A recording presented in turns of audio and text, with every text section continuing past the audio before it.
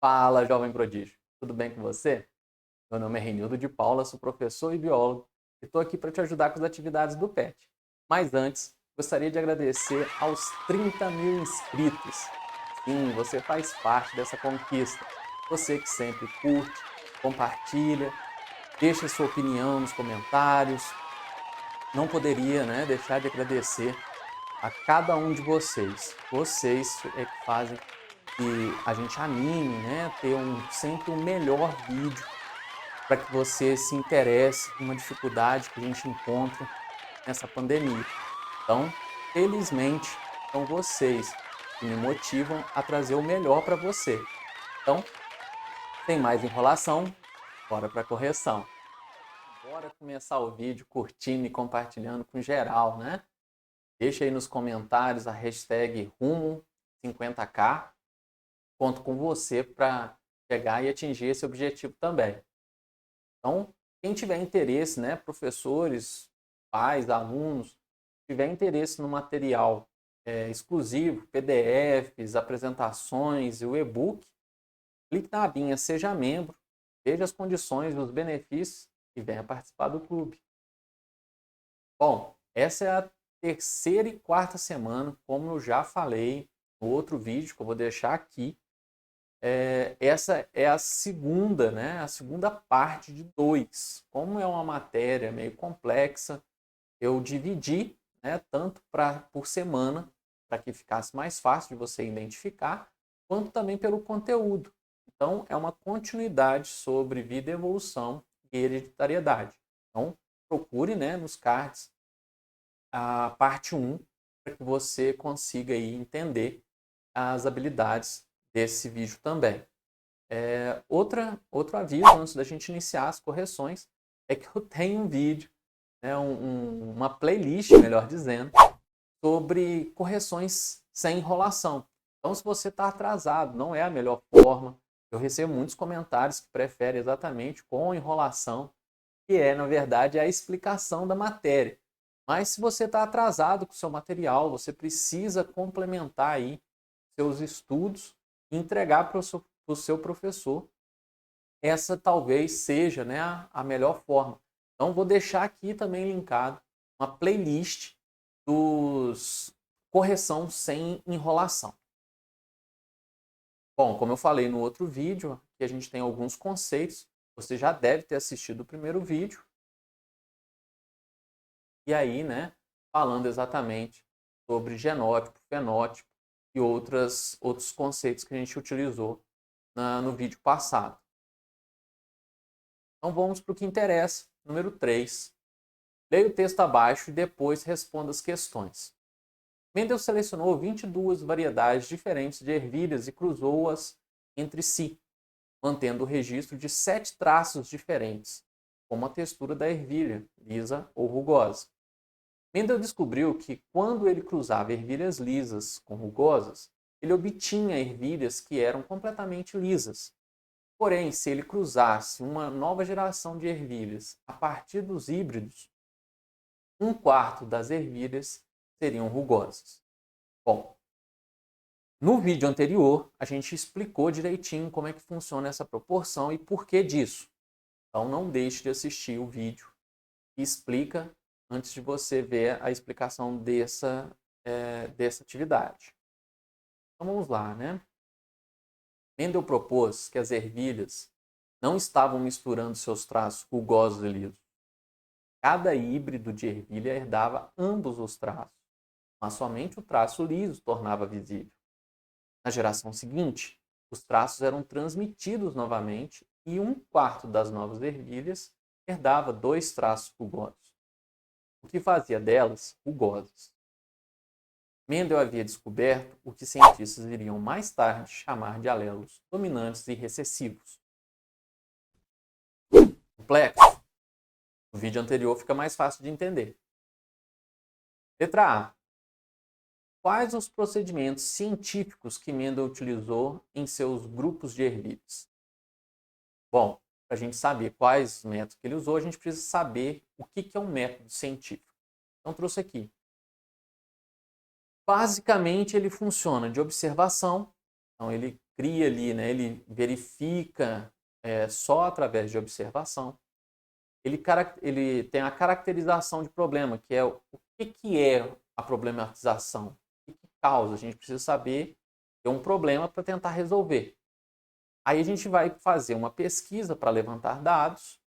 Através dessa amostra você tem as hipóteses.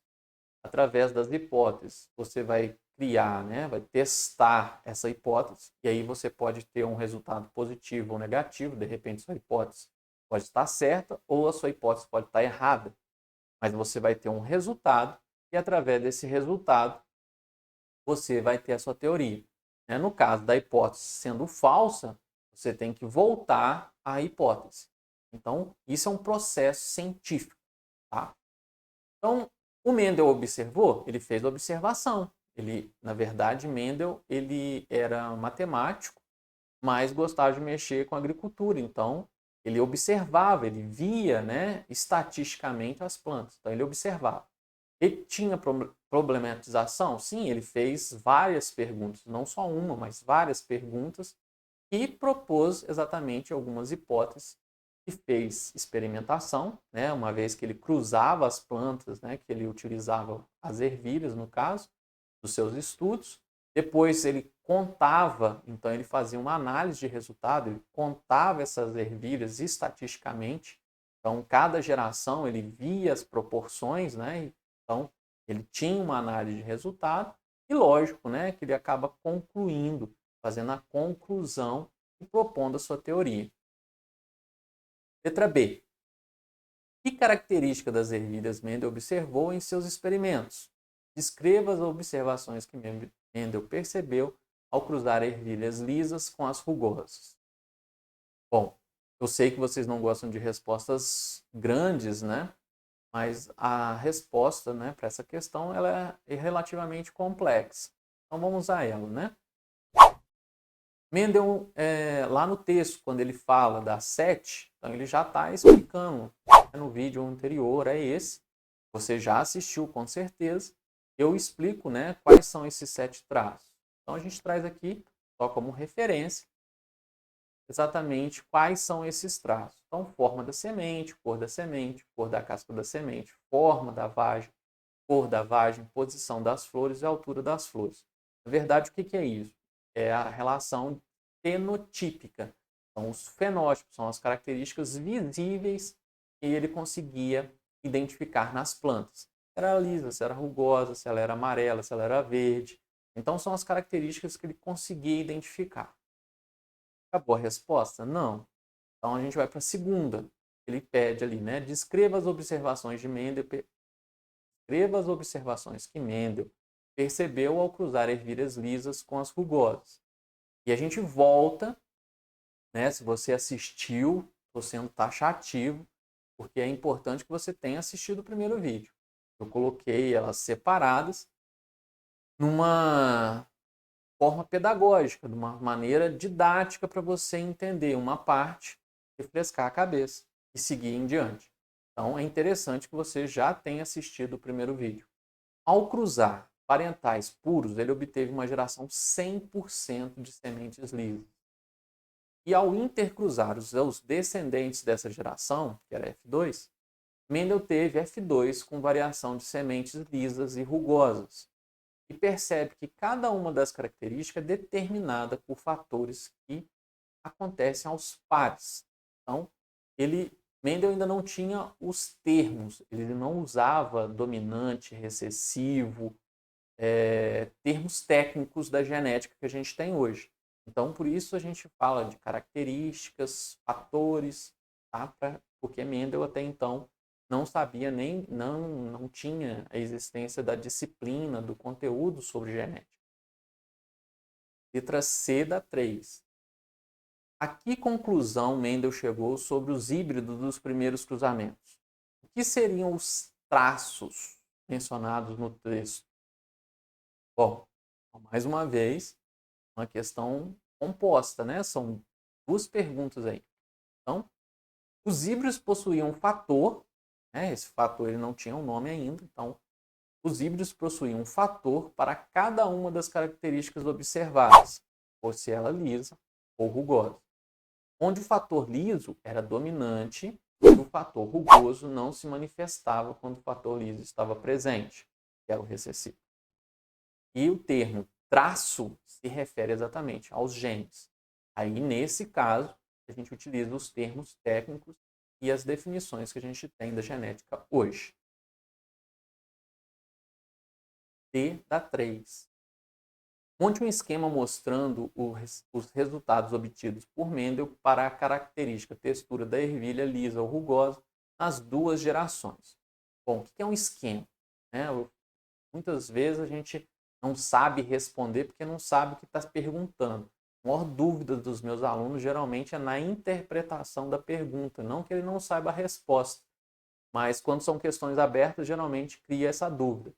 Então, o que é um esquema? Ele quer que você demonstre ali, né, a geração parietal, que a gente tinha lisa e rugosa, então elas eram excessivamente, né, respectivamente, dominante e recessivo.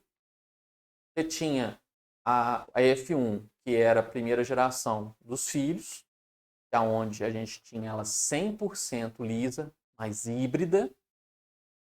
E a F2 você tinha uma geração, né, a segunda geração, aonde voltava a acontecer após o intercruzamento, né, das plantas filhas, através de 75% de plantas lisas e 75% de plantas rugosas. Então, é um esquema. Ele não pediu para você fazer cruzamento de nada, ele só pediu para você fazer um esquema. E a F2, você tem ali a segunda geração de filial, que é o cruzamento, né, de duas plantas filhas, e a gente volta a ter as 25% da planta rugosa e os outros 75%, né, de plantas lisas. Lembrando que isso a gente identifica e aprendeu a fazer no outro vídeo, no quadro de Punnett. Dúvida, jovem prodígio? Imagino que um monte. Então deixe nos comentários, né? Escreva a sua dúvida. Se você assistiu o vídeo até agora, ele foi útil para você? Curte, compartilhe com seus amigos. Não deixe de se inscrever, ative o sininho para todas as notificações.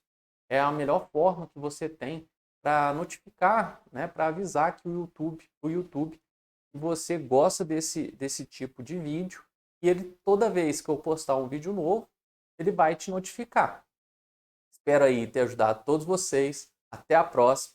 Sucesso sempre. Hashtag rumo 500k. Conto com você aí para mais essa conquista, hein? Quem tiver interesse, né? Os traços eram transmitidos novamente.